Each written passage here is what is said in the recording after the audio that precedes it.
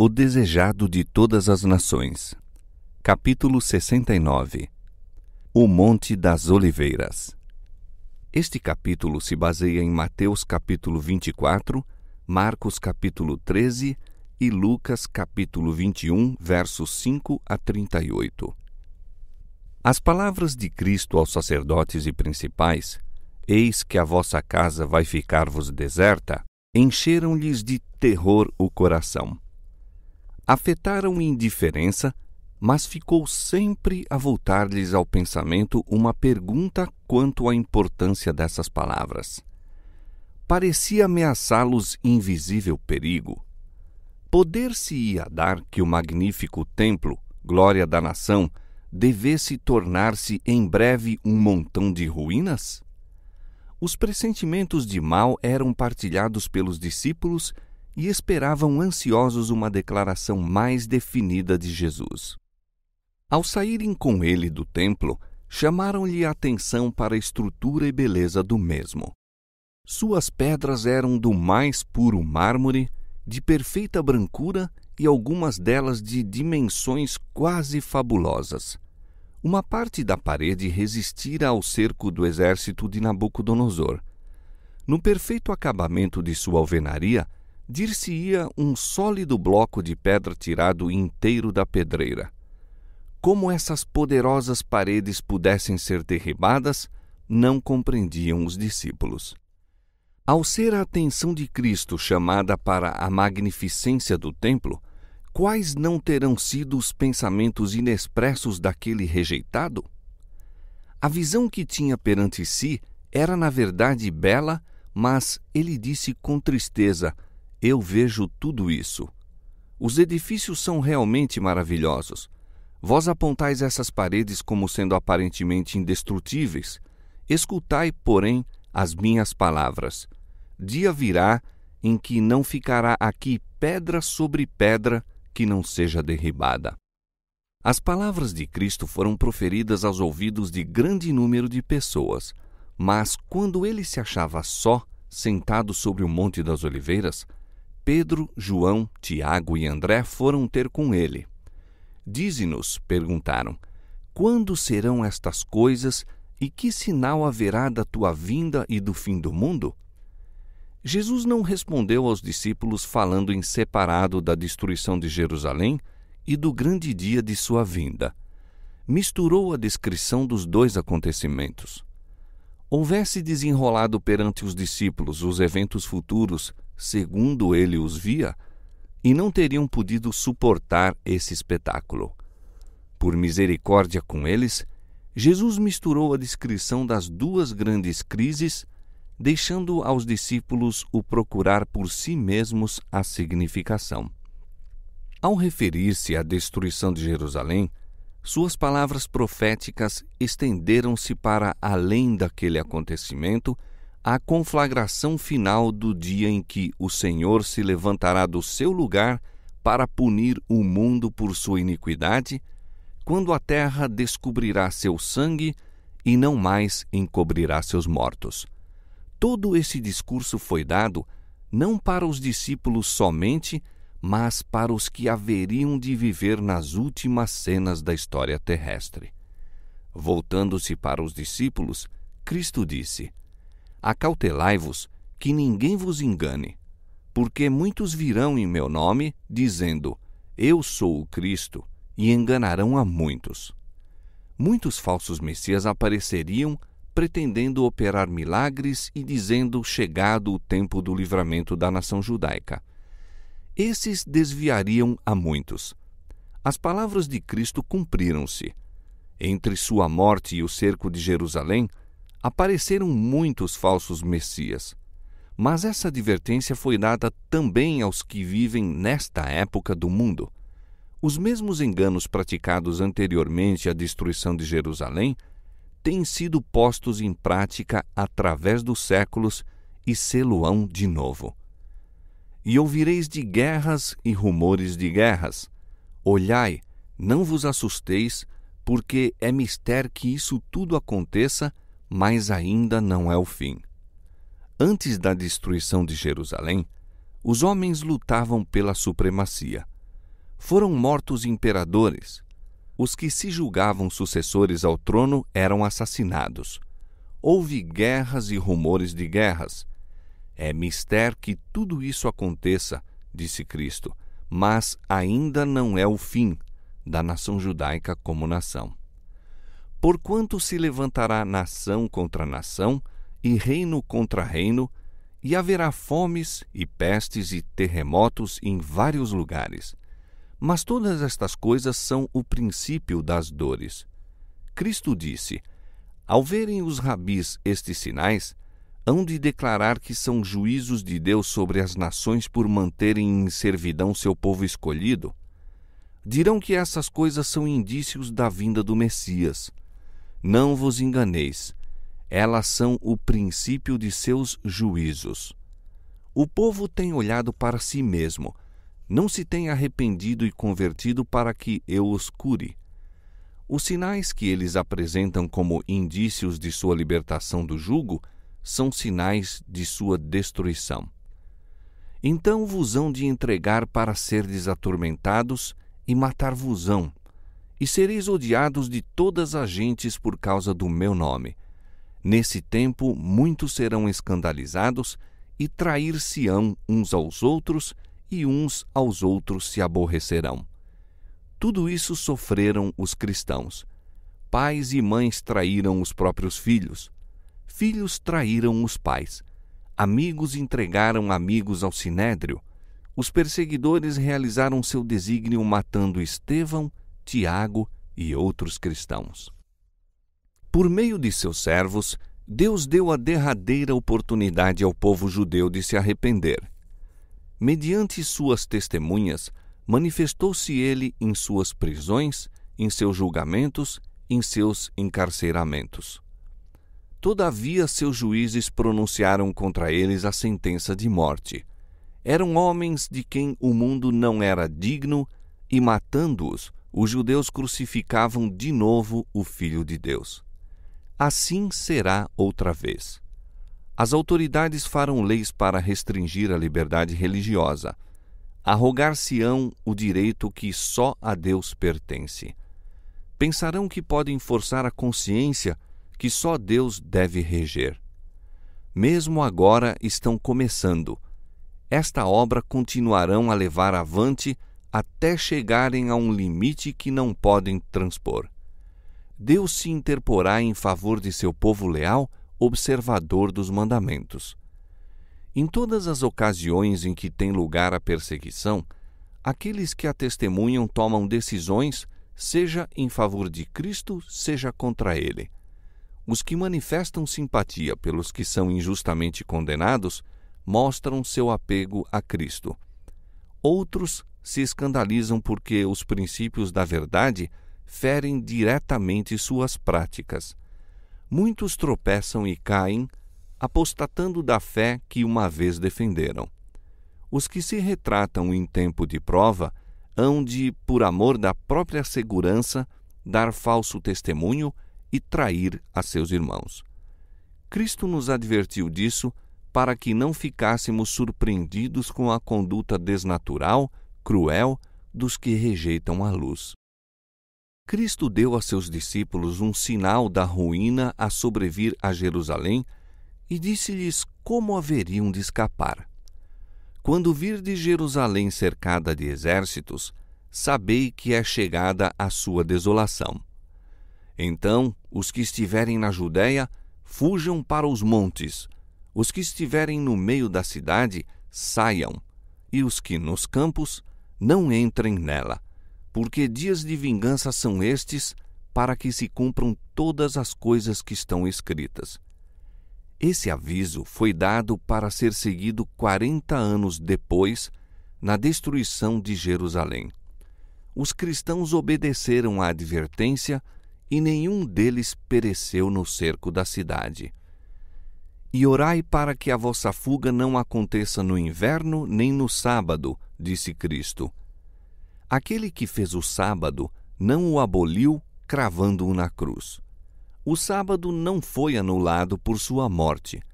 40 anos depois da crucifixão, devia ainda ser mantido sagrado. Durante 40 anos deviam os discípulos orar para que sua fuga não caísse no sábado. Da destruição de Jerusalém, passou Cristo rapidamente ao maior evento, o derradeiro elo na cadeia da história terrestre, a vinda do Filho de Deus em majestade e glória. Entre estes dois acontecimentos, jaziam abertos aos olhos de Cristo longos séculos de trevas, séculos assinalados para sua igreja por sangue e lágrimas e agonia. A contemplação dessas cenas não podiam então os discípulos suportar, e Jesus passou-as com breve menção. Porque haverá então grande aflição, disse, como nunca houve desde o princípio do mundo até agora, nem tampouco há de haver. E se aqueles dias não fossem abreviados, nenhuma carne se salvaria. Mas por causa dos escolhidos, serão abreviados aqueles dias. Por mais de 1000 anos, perseguições como o mundo nunca dantes presenciara sobreviriam aos seguidores de Cristo. Milhões e milhões de suas fiéis testemunhas haveriam de ser mortas. Não se houvesse estendido a mão de Deus para preservar seu povo, e todos teriam perecido. Mas por causa dos escolhidos, disse ele, serão abreviados aqueles dias.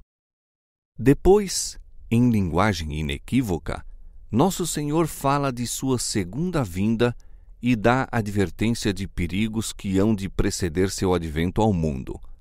Então, se alguém vos disser, eis que o Cristo está aqui ou ali, não lhe deis crédito, porque surgirão falsos cristos e falsos profetas, e farão tão grandes sinais e prodígios que, se possível fora, enganariam até os escolhidos. Eis que eu vô-lo tenho predito. Portanto, se vos disserem, eis que ele está no deserto, não saiais. Eis que ele está no interior da casa, não acrediteis. Porque assim como o relâmpago sai do Oriente e se mostra até ao Ocidente, assim será também a vinda do Filho do Homem. Como um dos sinais da destruição de Jerusalém, Cristo havia dito, e surgirão muitos falsos profetas e enganarão a muitos. Ergueram-se falsos profetas enganando o povo e levando grande número ao deserto. Mágicos exorcistas, pretendendo miraculoso poder, arrastaram o povo após si às solidões das montanhas. Mas esta profecia foi dada também para os últimos dias. Este sinal é indício do segundo advento. Mesmo agora, falsos cristos e falsos profetas exibem sinais e maravilhas para seduzir seus discípulos. Não ouvimos nós o grito, eis que ele está no deserto? Não tem milhares ido ao deserto na esperança de encontrar a Cristo? E de milhares de reuniões onde os homens professam ter comunicação com espíritos dos que se foram, não vem o brado, eis que ele está no interior da casa? Nas câmaras, dizem algumas versões. É exatamente o que pretende o Espiritismo. Mas que diz Cristo? Não acrediteis, porque assim como o relâmpago sai do Oriente e se mostra até ao Ocidente, assim será também a vinda do Filho do Homem. O Salvador dá sinais de sua vinda, e mais que isto, fixa o tempo em que aparecerão os primeiros desses sinais. E logo depois da aflição daqueles dias, o sol escurecerá e a lua não dará sua luz, e as estrelas cairão do céu, e as potências do céu serão abaladas. Então aparecerá no céu o sinal do Filho do Homem, e todas as tribos da terra se lamentarão, e verão o Filho do Homem vindo sobre as nuvens do céu, com poder e grande glória. E ele enviará os seus anjos com rijo clamor de trombeta, os quais ajuntarão os seus escolhidos desde os 4 ventos, de uma à outra extremidade dos céus. Ao fim da grande perseguição papal, declarou Cristo, o sol se escureceria e a lua não daria sua luz. Em seguida, cairiam as estrelas do céu. E ele diz: Aprendei, pois, esta parábola da figueira. Quando já os seus ramos se tornam tenros e brotam as folhas, sabeis que está próximo o verão. Igualmente, quando virdes todas estas coisas, sabei que ele está próximo às portas. Cristo deu sinais de sua vinda. Declara que podemos conhecer quando ele está perto às portas. Ele diz daqueles que veem estas coisas: não passará esta geração sem que todas estas coisas aconteçam. Estes sinais apareceram. Agora sabemos com certeza que a vinda do Senhor está às portas. O céu e a terra passarão, mas as minhas palavras não hão de passar. Cristo virá com nuvens e grande glória. Uma multidão de luminosos anjos o acompanhará. Ele virá para ressuscitar os mortos e transformar os santos vivos de glória em glória. Virá honrar os que o amaram e guardaram seus mandamentos e levá-los para si. Não os esqueceu, nem a sua promessa. Unir-se-á de novo à cadeia da família. Ao contemplarmos nossos mortos, podemos pensar na manhã em que a trombeta de Deus soará e os mortos ressuscitarão incorruptíveis e nós seremos transformados. Mais um pouco e veremos o Rei em sua formosura. Mais um pouco e ele enxugará toda lágrima de nossos olhos. Um pouco mais e nos apresentará irrepreensíveis com alegria perante a sua glória. Por conseguinte, ao dar ele os sinais de sua vinda, disse: Ora, quando estas coisas começarem a acontecer, olhai para cima e levantai as vossas cabeças, porque a vossa redenção está próxima. Mas o dia e hora de sua vinda não foram revelados. Jesus declarou positivamente a seus discípulos que ele próprio não podia dar a conhecer o dia ou a hora de sua segunda vinda. Houvesse estado na liberdade de revelar isto, que necessidade teria então de os exortar a uma constante vigilância? Alguns há que pretendem conhecer o próprio dia e hora do aparecimento do Senhor. Muito zelosos são eles em delinear o futuro, mas o Senhor os advertiu a sair desse terreno. O tempo exato da segunda vinda do Filho do Homem é mistério de Deus. Cristo continua indicando as condições do mundo por ocasião de sua vinda. E como foi nos dias de Noé, assim será também na vinda do Filho do Homem. Porquanto, assim como nos dias anteriores ao dilúvio, comiam, bebiam, casavam e davam-se em casamento até ao dia em que Noé entrou na arca e não o perceberam, até que veio o dilúvio e os levou a todos, assim será também a vinda do Filho do Homem. Cristo não apresenta aí um milênio temporal, 1000 anos em que todos se hão de preparar para a eternidade. Diz-nos que, como foi nos dias de Noé, assim será quando o Filho do Homem vier outra vez. Como foi nos dias de Noé? Viu o Senhor que a maldade do homem se multiplicara sobre a terra e que toda a imaginação dos pensamentos de seu coração era só má continuamente. Os habitantes do mundo antediluviano desviaram-se de Jeová, recusando fazer sua santa vontade.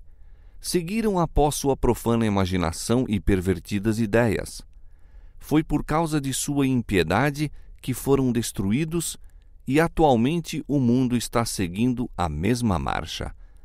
Não apresenta nenhum lisonjeiro indício de glória milenial. Os transgressores da lei de Deus estão enchendo a terra de impiedade. Suas apostas, suas corridas de cavalos, jogo, dissipação, costumes cheios de concupiscências, paixões irrefreadas estão rapidamente enchendo o mundo de violência. Na profecia da destruição de Jerusalém, Cristo disse: Por se multiplicar a iniquidade, o amor de muitos esfriará, mas aquele que perseverar até ao fim será salvo. E este evangelho do reino será pregado em todo o mundo, em testemunho a todas as gentes, e então virá o fim. Esta profecia terá outra vez seu cumprimento. A abundante iniquidade daquela época encontra seu paralelo nesta geração. Assim será quanto à predição referente à pregação do Evangelho.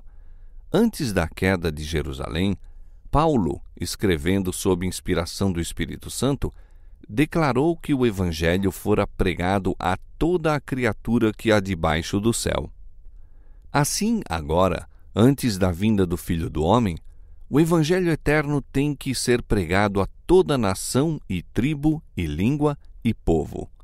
Deus tem determinado um dia em que, com justiça, há de julgar o mundo. Cristo nos diz quando terá lugar aquele dia. Ele não diz que todo o mundo se converterá, mas que este Evangelho do Reino será pregado em todo o mundo, em testemunho a todas as gentes, e então virá o fim. Dando o Evangelho ao mundo, está em nosso poder apressar a volta de nosso Senhor. Não nos cabe apenas aguardar, mas apressar o dia de Deus. Houvesse a Igreja de Cristo feito a obra que lhe era designada, como ele ordenou, o mundo inteiro haveria sido antes advertido e o Senhor Jesus teria vindo à terra em poder e grande glória.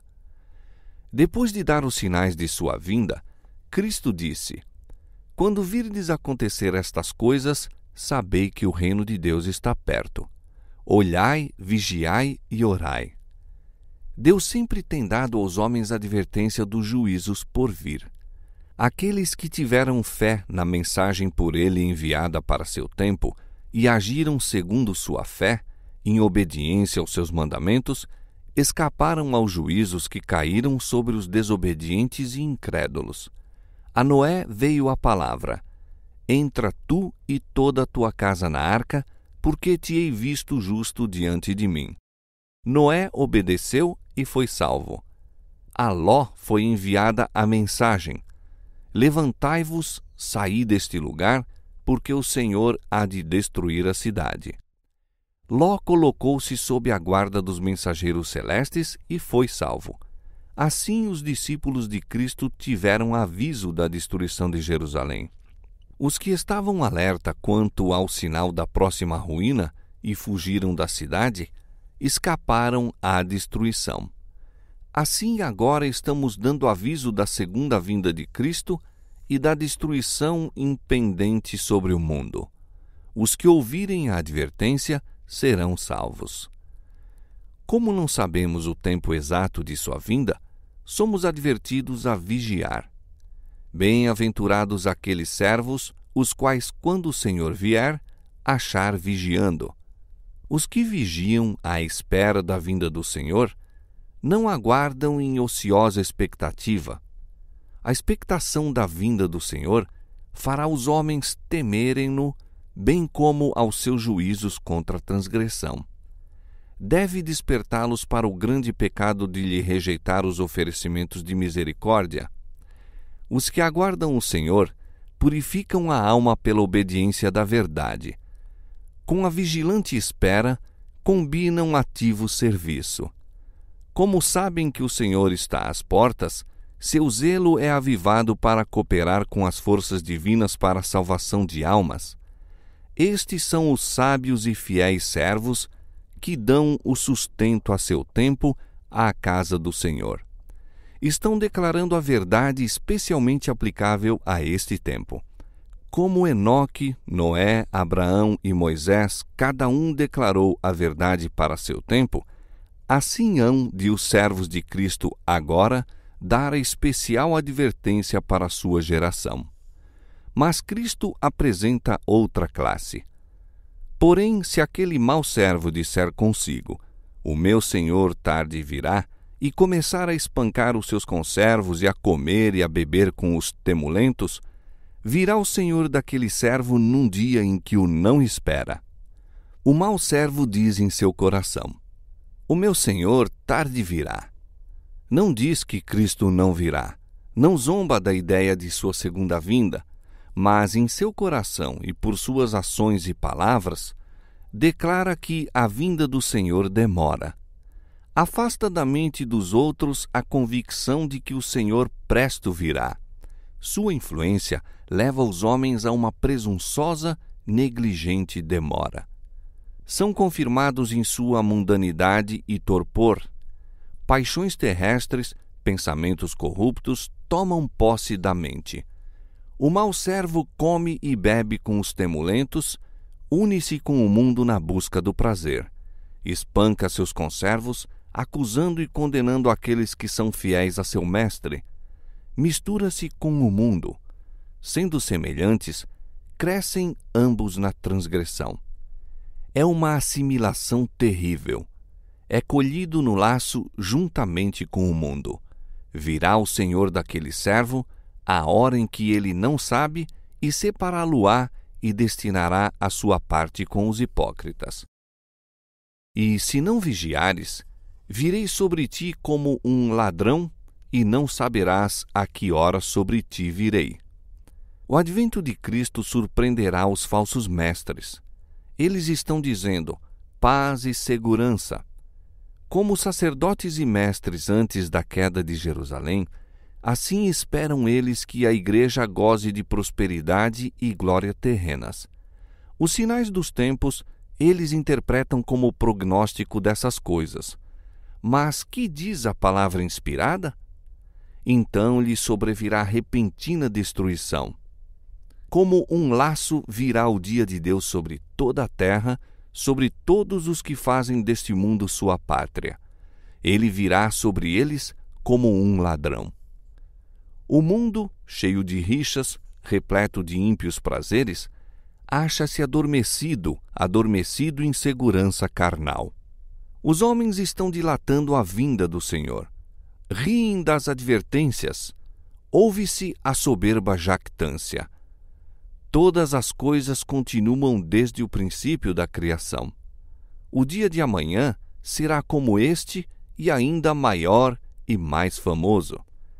Aprofundar-nos-emos no amor do prazer. Mas Cristo diz: eis que venho como ladrão. Ao mesmo tempo que o mundo está perguntando zombeteiramente, onde está a promessa da sua vinda? Estão se cumprindo os sinais. Enquanto eles gritam paz e segurança, aproxima-se repentina destruição. Quando o escarnecedor, o rejeitador da verdade, se tem tornado presunçoso, quando a rotina do trabalho nos vários ramos de ganhar dinheiro é prosseguida sem consideração para com princípios, quando o estudante está ansiosamente buscando o conhecimento de tudo menos a Bíblia, Cristo vem como ladrão. Tudo no mundo está em agitação. Os sinais dos tempos são cheios de presságios. Os acontecimentos por vir projetam sua sombra diante de si. O Espírito de Deus está sendo retirado da terra e calamidade segue-se a calamidade em terra e mar. Há tempestades, terremotos, incêndios, inundações, homicídios de toda espécie. Quem pode ler o futuro? Onde está a segurança? Não há certeza em coisa alguma humana ou terrena. Os homens se estão rapidamente enfileirando sob a bandeira de sua escolha. Aguardam desassossegadamente os movimentos de seus chefes. Há os que estão esperando, vigiando e trabalhando pela vinda de nosso Senhor. Outra classe cerra fileiras sob a chefia do primeiro e grande apóstata. Poucos creem de alma e coração que temos um inferno a evitar e um céu a alcançar. A crise aproxima-se furtiva e gradualmente de nós. O sol brilha no firmamento, fazendo seu ordinário percurso, e os céus declaram ainda a glória de Deus. Os homens ainda comem, bebem, plantam e edificam, casam e dão-se em casamento. Os comerciantes continuam a vender e comprar. Os homens se empurram uns aos outros, contendem pelas mais altas posições.